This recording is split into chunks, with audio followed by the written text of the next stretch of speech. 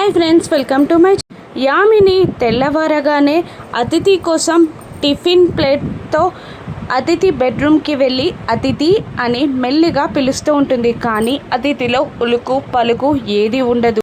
అతిథి వైపు చూసి ఒక్కసారిగా యామిని షాక్ అవుతుంది. అక్కడ బెడ్పై పడుకొని తన చేతి మణికట్టుని చాక్తో కట్ చేసుకుంటుంది అతిథి. కింద ఫ్లోర్ అంతా రక్తపు మడుగులా అవుతుంది. అది చూసి యామిని షాకింగ్గా అతిథి అని గట్టిగా అరిచి తన టిఫిన్ ప్లేట్ని వదిలేస్తుంది. అది కింద పడి పెద్ద శబ్దం చేస్తుంది. మరోవైపు గౌతమ్ ఇంట్లో శాంతి పూజకి ఏర్పాట్లు చేస్తుంది సుభద్ర.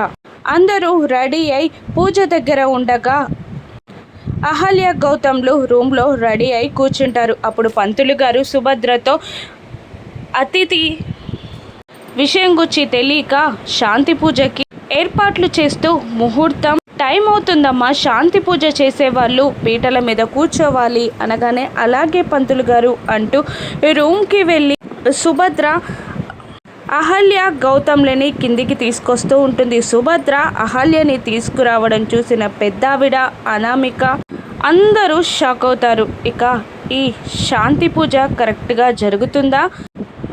అతిథి చేసిన పని వీళ్ళకి తెలుస్తుందా? అతిథి ప్రాణాలతో బయటపడుతుందా?